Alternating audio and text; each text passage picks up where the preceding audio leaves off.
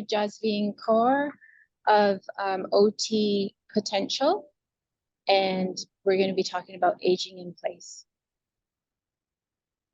Thank you, Sakura. I'm glad I was given this opportunity to be here today to talk about a topic that is very close to my heart, about aging in place. So why is this topic such an important topic for me and for everyone who's attending and for the society generally? Because can I just stop you? And I just want to ask if our audio is okay. Can you hear okay? Yeah, perfect. Perfect. Yeah. Thanks. Sorry about that. Thank you. So I have been an occupational therapist for last 20 years, and primarily my work involves working with older people in their homes and hospitals and retirement homes and long-term care homes. And what I have found over my practice is, and which is the reason. Okay, people that are here. Okay, yes. So the reason I'm here today is because most of the people that I see within healthcare settings, services that are funded by the private public healthcare system, is that they have had problems, they have gotten into problems at home, and they've ended up in emergency room, in hospitals, or in long-term care homes, and they were not planning. And what hurts is then these people then are having to make decisions as a reaction to their life situation at that point, versus if they had taken account of the changes that were happening in their bodies, in their society, in their homes, and made some changes proactively to prepare for what was coming. Aging can be a beautiful experience only if, hi Anna, can you hear me now?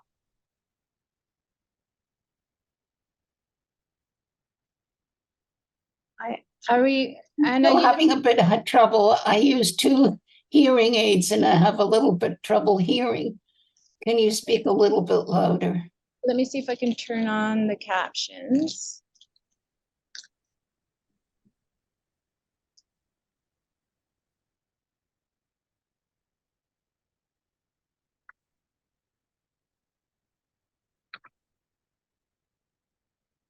Okay, you can keep talking. I'm going to figure out the captions. Okay. So as I said, that most of the clients I see within the public healthcare system have already had a health crisis, and then they get referred to occupational therapy. And we do what we can do for them at that time, but a lot could have been changed, or the outcome could be different if some proactive measures were put in place before we got into a crisis situation. So I want you all who are attending the session in person as well as online to take a moment to assess your daily routine. How are you doing? Are you starting to struggle with tasks that used to be easy? How many can someone or anyone, do you want to share any difficulties that you're starting to have in your daily activities?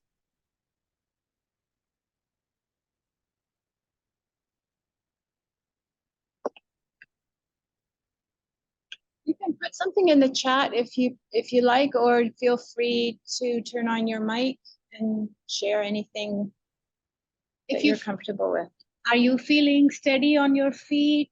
Do you feel like you are tripping a little bit, losing your balance? Are you having some difficulties with your memory? You're kind of not quite as sharp or forgetting things. Like anybody, they want to share their experience of how it's going for them.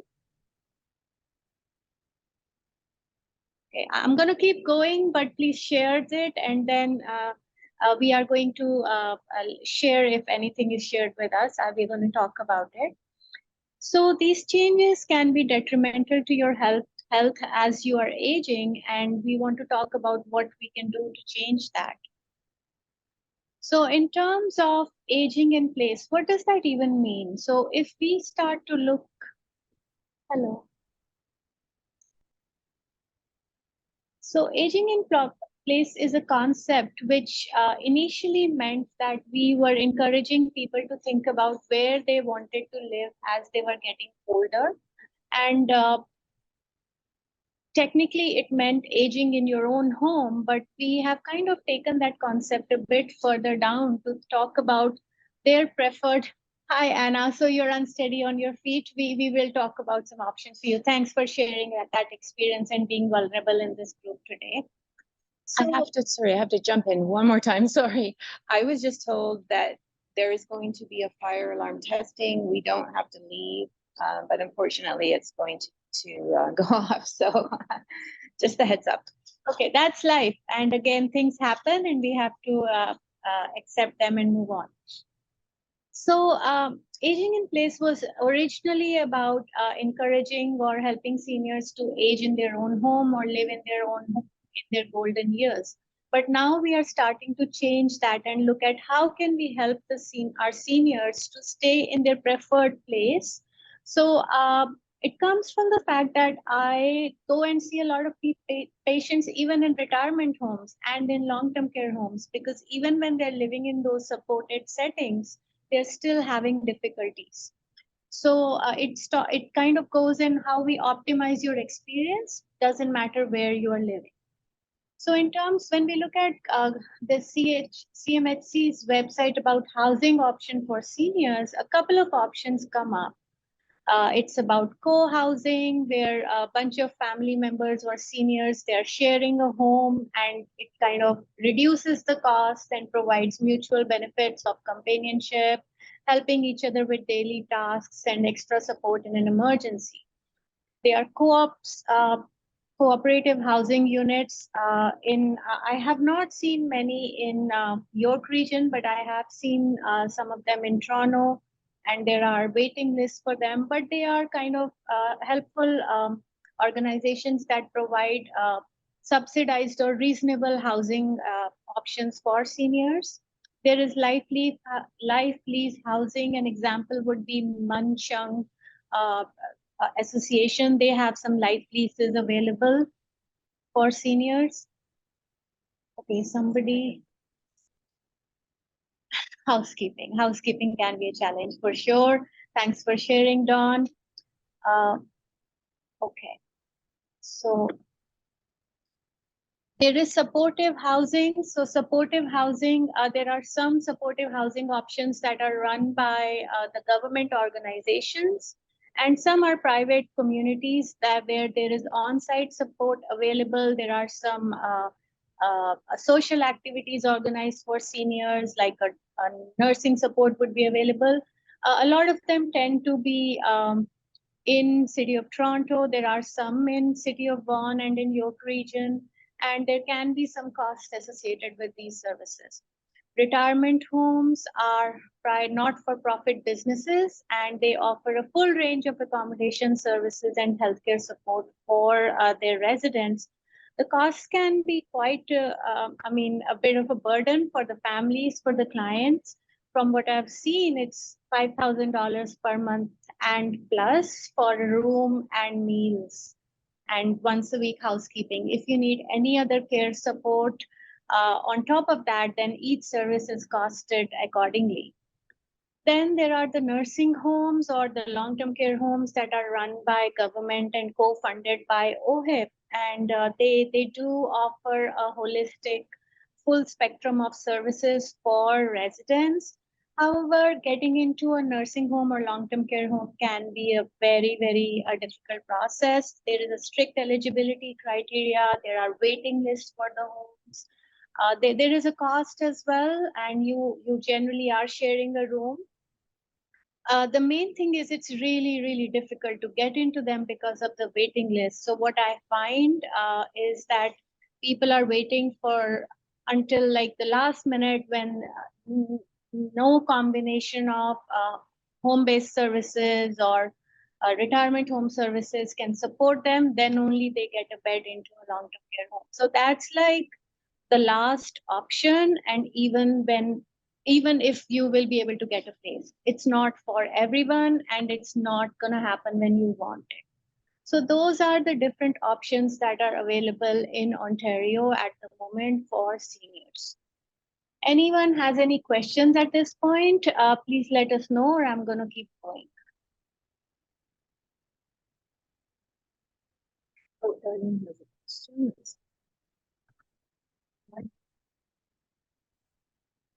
So there was a question about the life piece, how that worked, and then Darlene is asking, every decade there's a different perception of where we would like to age in place. So it is changing as we age. For example, at 55, it's different than 70. For sure. So, Darlene, I agree. I think age is just a number. As we've always said, it really depends on what your situation is at that particular time. I have seen some 95-year-olds living in their own homes, and they have planned for it, and they are able to, they have kind of set some money aside so that they can get the support services that they need, and they're still living in their own homes. And I have also seen some 65-year-olds, 55-year-olds in retirement homes. It really depends on your unique situation, your health. Health is the primary factor. So if you're healthy, if you're independent, if you can get on with your personal care needs, then uh, you can. But if you need a lot of supports, then you might need to move into an assisted care facility or have lots of in-home support. There was a question about life lease. So, life lease is an option where you purchase a room in like a supported housing unit or in a retirement home. Not so really what it comes down to being so many options being there, and what you want to do is you want to think about how you want to play out how you what you want in your old age or in your senior years. Where do you want to be, how you would put in all the supports that you need, and you have to think about a lot of factors as you go about it. What I find is that a lot of people that I see, they don't pay a lot of attention to what their specific needs will be, and they just sort of roll into it, and then all of a sudden something occurs and they're kind of caught off guard, and so are their families, and they're sort of then shocked as to what happened, and we're like, well, you could have planned better, and that's why I wanted to talk about this today. So think first step is think about where you're living. Is it a well-maintained, age-friendly community? Are there is it an accessible communities? Are there sidewalks in your community where you can walk with a mobility aid, or will you be stuck in your house because the minute you get out, there are like these busy roads, there are no sidewalks, there's always construction. Like Vaughan is quite good. I think we can say that there's always construction, but they are making sidewalks. So they do have a long-term plan. Think about accessible buildings, like all the buildings in your city accessible. Can you get into them if you were using a mobility device like a walker or a wheelchair? Is the transportation system reliable? Is it senior friendly? Is it safe for you to be out and about in your community? Will you feel safe going out for grocery shopping or going on your own to attend doctor's appointments? Are there options for specific transportation services for seniors? So like in Vaughan, we have the York Region Transit Services, where did you know they could come and pick you up from your home if you were over 65 to take you to your doctor's appointments. Like they do offer these type of services, and it is still counted as public transit. These are very valuable services which can allow seniors to move around our community safely. Independence and mobility. So as you're getting older, think about how steady you are on your feet. How far can you go? Yes, you can walk maybe 2 kilometers, but then does it wipe you or tire you for rest of the day and you have no energy left for anything else? Are you getting very short of breath when you're walking? Do you have swelling in your feet? Are you tripping? Think about, are you dizzy? Think about some of these challenges that are making difficult for you to be out and about, and then maybe get in touch with an occupational therapist or your doctor. They can even start this process for you to get a mobility assessment done. So somebody can come and see you and assess you for something like maybe a walker, a wheelchair, or scooter, and we can connect you with funding programs that might help offset the cost of mobility equipment. Did you know there is a program called as Assistive Devices Program through the Ministry of Health? And it can cover up to 75% the cost of a mobility device for seniors, not seniors, but anyone who's living in Ontario. The only like one of the main criteria is that you should be using that mobility device every day, indoors and outdoors. So the test we use is, will you be needing that walker, wheelchair, or scooter to go from your bedroom to your bathroom and to go out of your house? If yes, if you need something for indoors as well as outdoors, we can help you go through that application and eligibility process to get a suitable device for you. So you need to think about that. I cannot tell you how many times we see seniors who have fallen and who have fractured a shoulder or a hip because they were reluctant to use a walker. Many seniors like to use a cane. And I'm like, well, this cane cannot even support itself. If you put it down, it's going to fall. How is it going to support you?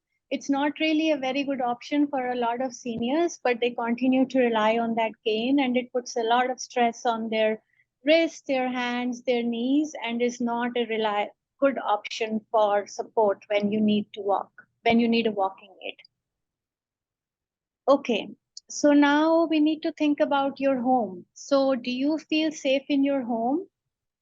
Is again, falls in home are the biggest reason seniors end up in emergency room, because they fall in the bathrooms, they fall when getting out of the bedroom, falls on stairs, falls in the garden, falls when using the steps outside the home. They're all hazards. They can be. I'm not saying for everyone it is, but they can be. So think about if you need to install some grab rails, add some non-slip mats, declutter your home, make sure you have appropriate lighting in the house, a functional fire exit. If there are some dangerous substances stored in your home, like in some homes they have paints and things that can emit fumes, etc. Think about how you should get rid of them, or they should be stored in like a garage or something rather than in the house. Um, how about safety in kitchen? How many of you have put something on the stove and forgotten about it? Anybody wants to raise their hands?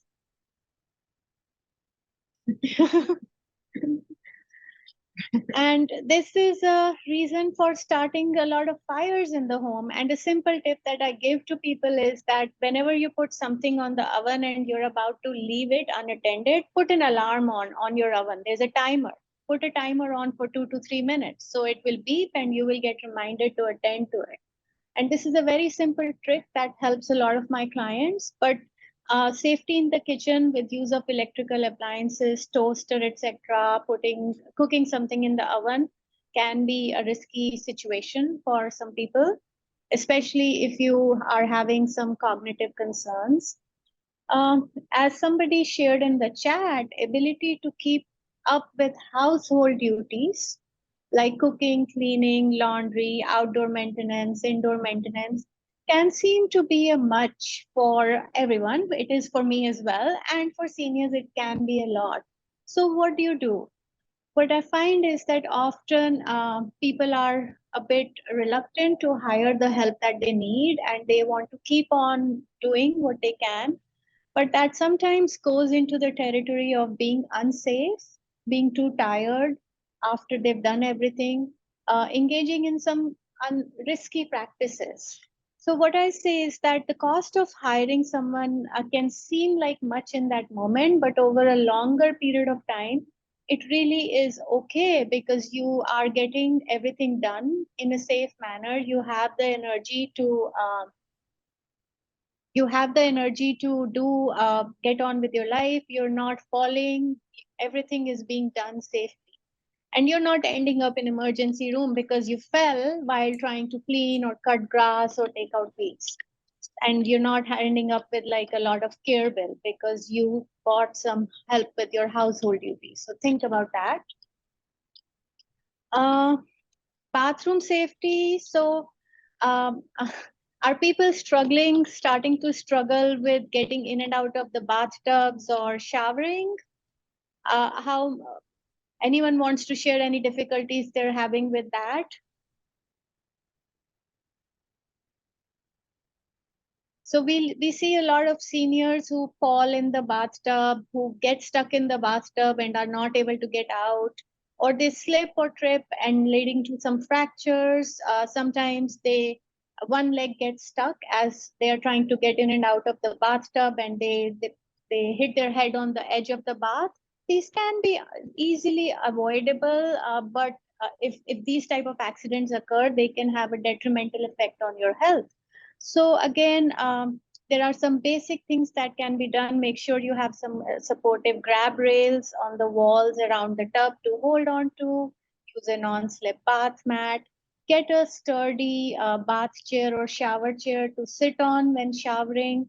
Don't buy plastic seats, please. I cannot tell you how many times I have seen people slipping on those plastic seats. You need to buy proper shower seats or bath seats that are labeled for such a purpose, and try and not buy them on Amazon. Buy them from reputable suppliers, so they have been tested for the function that you're going to use them for.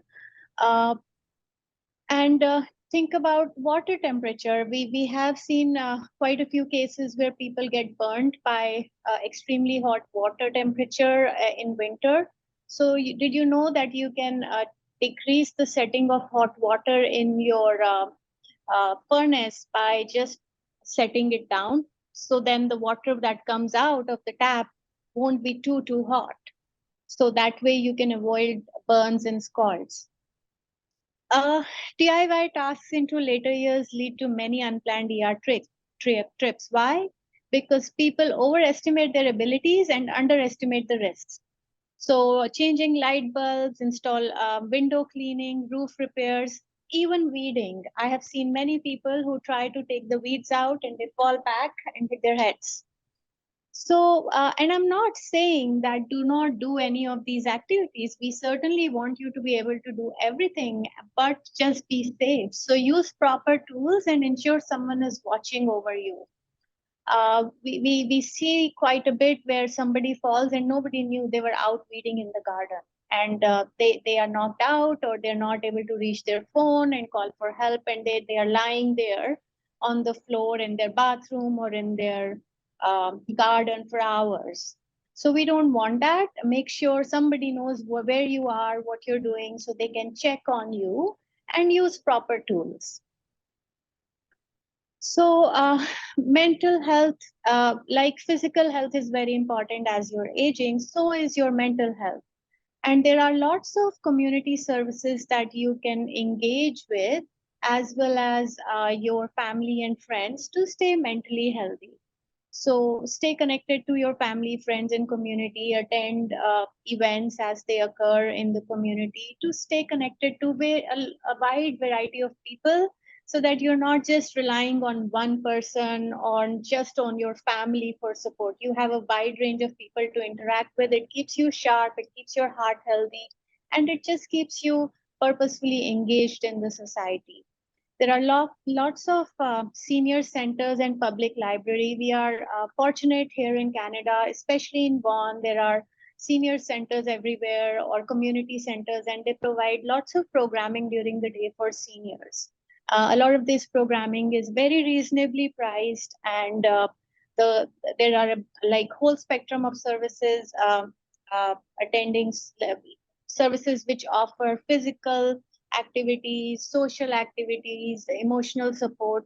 So try and engage with these activities, because the more people you talk to in a day, the more you are out and about doing different things, trying different things. Your brain and your heart are going to be thankful to you for that. Staying healthy, physically healthy and energized is very important. Regular physical activity keeps you strong, keeps you active. Eating well, a lot of seniors we see, if they are living on their own, or they're just they don't have a lot of they feel like they don't want to eat well, so they'll just eat cereal or they'll just eat fruit. They're not cooking proper meals. So that can decrease the level of nutrition you're getting and have an overall impact on your health, because your body needs extra nutrition and enhanced nutrition in your later years. So I want to talk specifically about exercise. So here's a question, and let's see who wants to share. What are you doing for your physical strength and stability right now? What type of exercises or routine are you engaging in? Circle of Care has many exercise classes every morning, and they're fabulous. You can do them at home. Amazing. So is that like you do them online or you attend them Yes. in? Yeah, I do them online on my iPad. Oh, They're nice. they're a whole variety. Very good for anybody, can do whatever they can do. Are they chair-based exercises or standing? Both. Both. Some of them both. It's chair and standing, but there's some that are easier to just start chair. Yes. Okay, thank you. Chair, yoga, walking, Pilates. Yeah, That's Circle of Care. Circle of Care, all you do is go online and register, and it's fabulous. yes. So these are all very good options. And so really all these exercise programs focus on strength and stability. And these are the two key features that are going to maintain your independence and dignity as you age. Because if you're physically strong, then even if you have a health risk, your chances of recovering from them are better. We see this time and again where people have knee replacements or hip replacements, and within 15, 20 days, those who were doing regular exercises before the surgery, they are starting to get back to their daily routines and feeling more energetic and more able to do their live their life. But the ones who were not so strong, not doing many exercises, if they have a health setback or a surgery or a joint repair surgery, they take a longer amount of time to get back to their life. So doesn't matter how old you are. If you're in your 40s, please start doing strength and stability exercising now so that you can continue to age strong. But if you're in your 60s and 70s, it's must. There is no question around it. You need to be doing these exercises so you can continue to be independent. I mean, I'm going to make a link, and this is not to kind of, scare anybody, but what I see is people who are physically stronger, even if there is some cognitive decline, they can still take a bath, they can still go to the toilet, they are not needing anybody to help them with those activities, so they are able to maintain their independence and dignity. But if you're not physically strong, then you need somebody to help you. So there is this question of loss of privacy as well as increased care cost, increased dependence on family members or the home care system. So that just makes the whole picture quite complicated.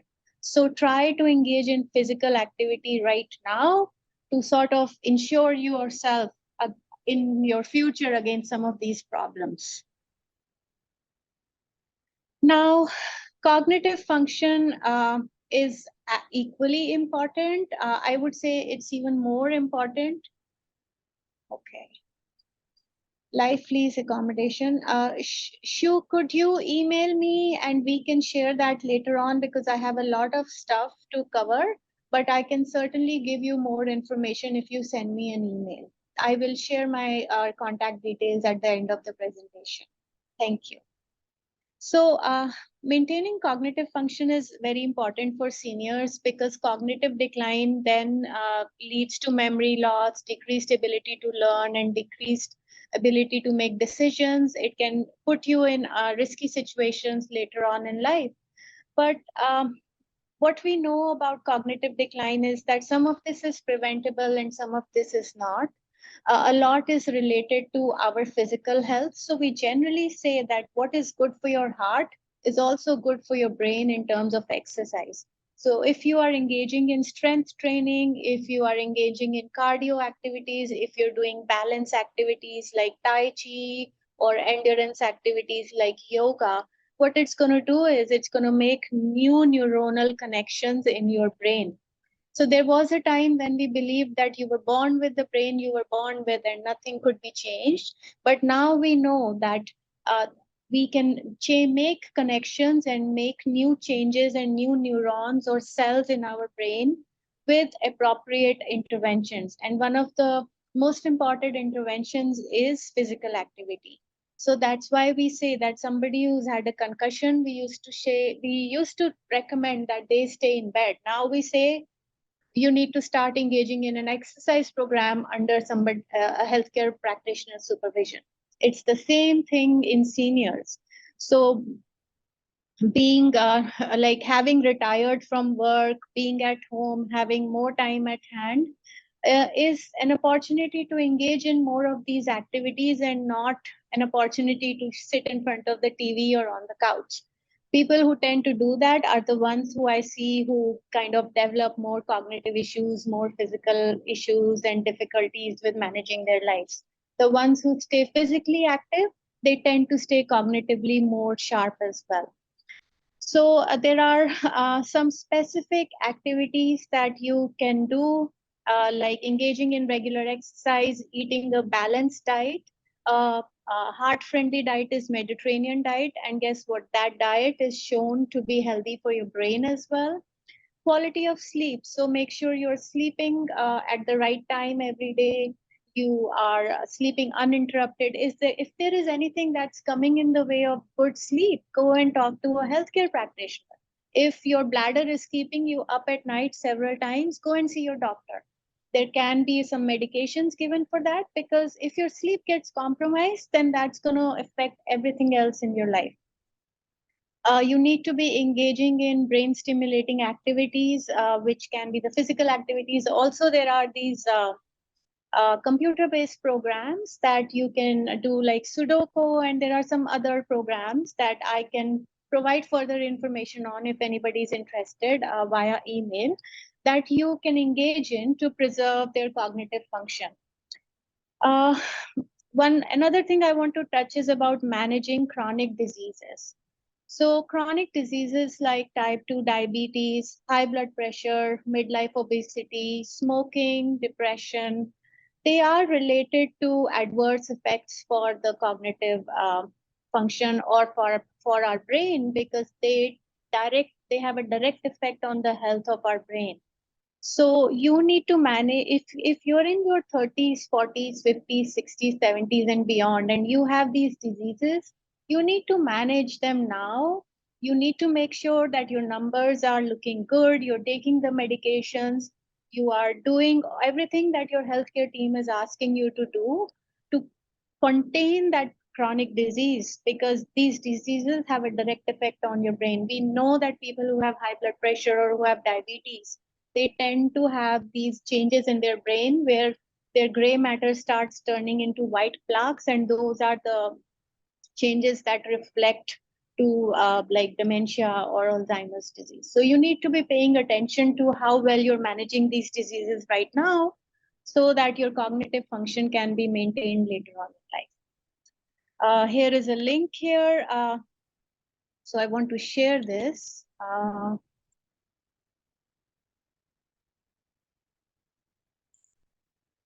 So this person, it was she had a stroke, and then she decided to learn piano. And guess what it did?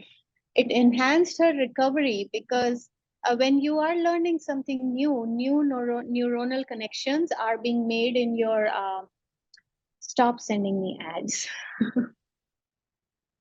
So when we are learning something new, new connections are being made in our brain, and they not only help with that particular activity, but they serve as cross connections, or like different roads that your brain can then use to help you with movement as well. So this person, she had a stroke, and then she started to learn piano, and she made her story is a story of remarkable recovery, great determination, and resilience, of fighting back and coming back on scene after a health setback. So this is available on CBC if anybody wants to read it in detail. Okay, so let's go back to this. Okay, so we also want to talk about mental health. So mental health conditions like depression, anxiety, mood problems, they can have a negative impact on cognitive abilities, and they increase your risk of developing cognitive decline. Um, saying that if you were doing the other interventions we talked about before, engaging in physical activity, participating in social events, staying connected, if you're able to get on with your daily life activities, then chances are there that you would be in good mental health. But saying that, mental health can occur in isolation as well. So things can look good on surface, but you could be feeling something inside, and it's important to seek support. So the good news is that mental health is receiving lots of attention within the public healthcare system. Lots of services are available under the healthcare program, under OHIP, for everybody right now. There are services available in York region as well through home and community care. Your doctor can refer you to a healthcare provider who can support you. So please do not suffer in silence. If you are experiencing any of the mental health conditions, this is the opportunity. You go and talk to your healthcare provider, and they can definitely refer you on. But get treated earlier on, because what I have seen in my career is that some people did not get the support that they need in time, and these diseases then become ingrained and difficult to treat, resistant. Sorry, is somebody saying something? Somebody.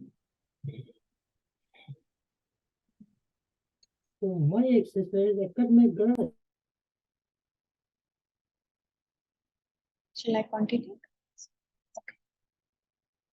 Uh, Financial security in retirement. So finances are a concern for senior. I hear that life is getting expensive for everybody. And very often when I go and see seniors, a lot of them, especially in York region, are living in their own homes. But they are sort of house rich, cash poor. They say they are on pensions, fixed pensions. Everything seems to be getting more and more expensive, and it's getting harder for them to get by.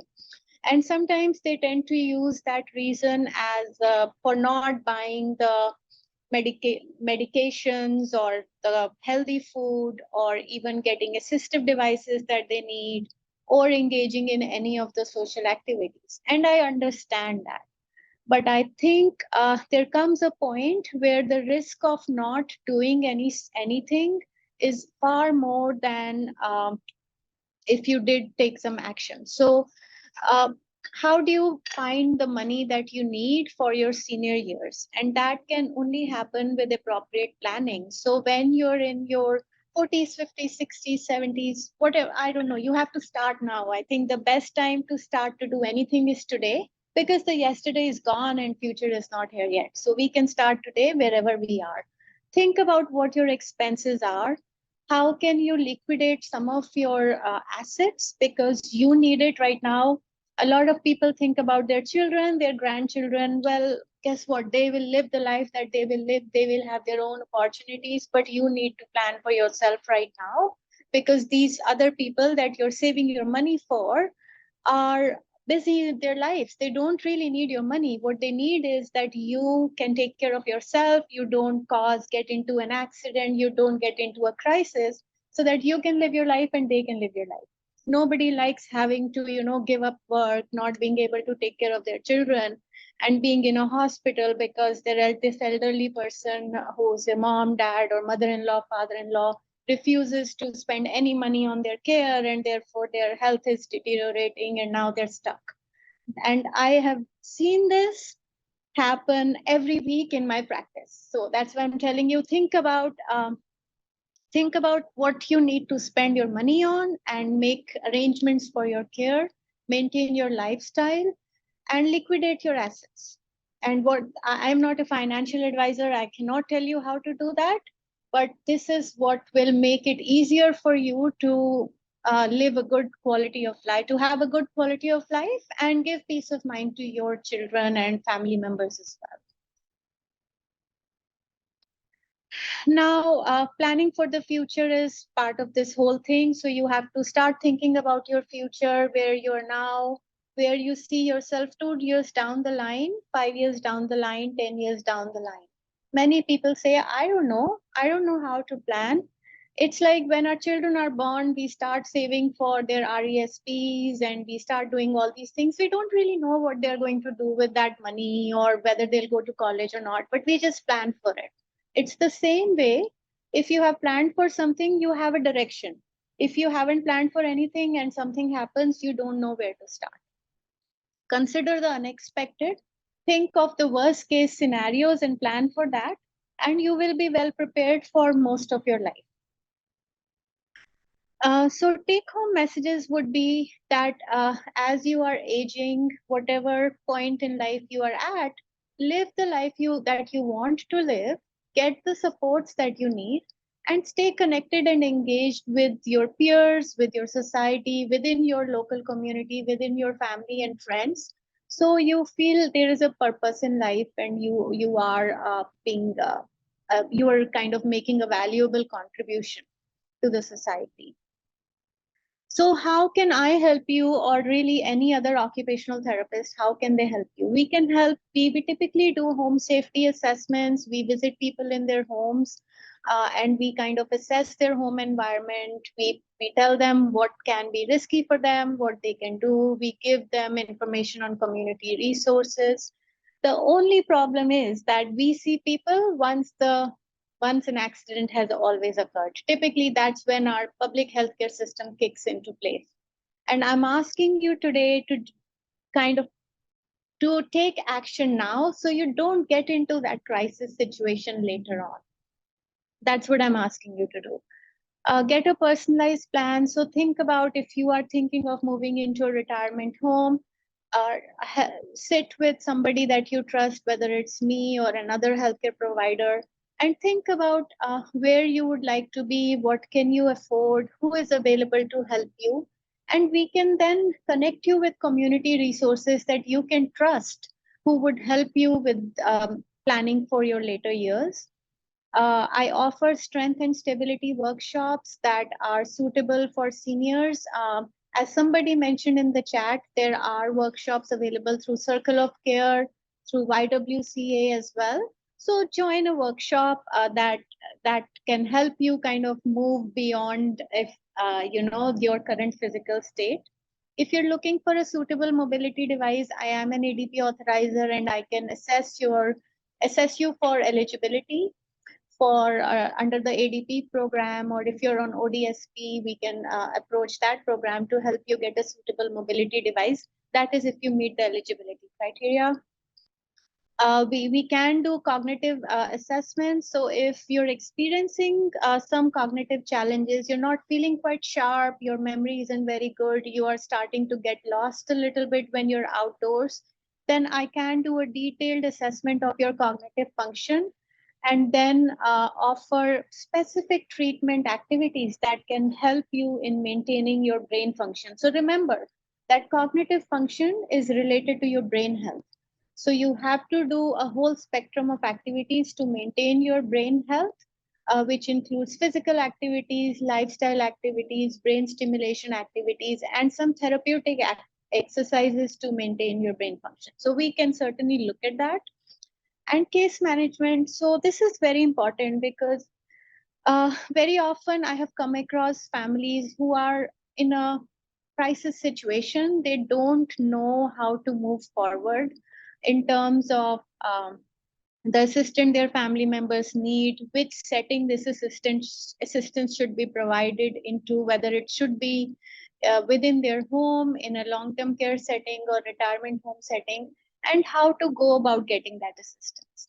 Yes, supports are available within the public healthcare system, but there are waiting times, and typically these type of supports are only available if your situation is kind of worth their attention, because as you know, our healthcare system is quite overburdened. So I want you to think about taking action before you are that crisis for them, because really it's not just their problem, it's also your problem. It's affecting your life and your family's life. So start to take action today. Have a plan in place for emergency or for when you will need more assistance right now. Any questions?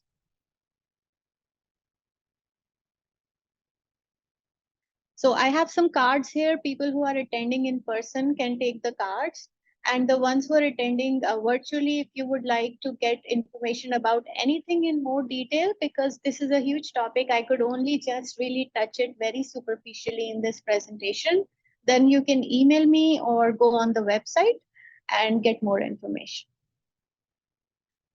Jasveen, thank you so much. I'm an employee at Circle of Care, and I've organized this with Sequoia.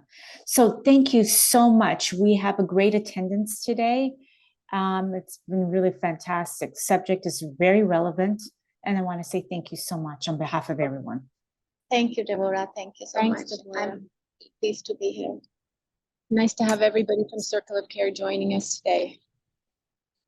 Thank you. Thank you. Take care, everybody. Thank you. Welcome. Okay, and were you going to share your email is there? My email is there. Do you want me to put it in the chat? I don't see.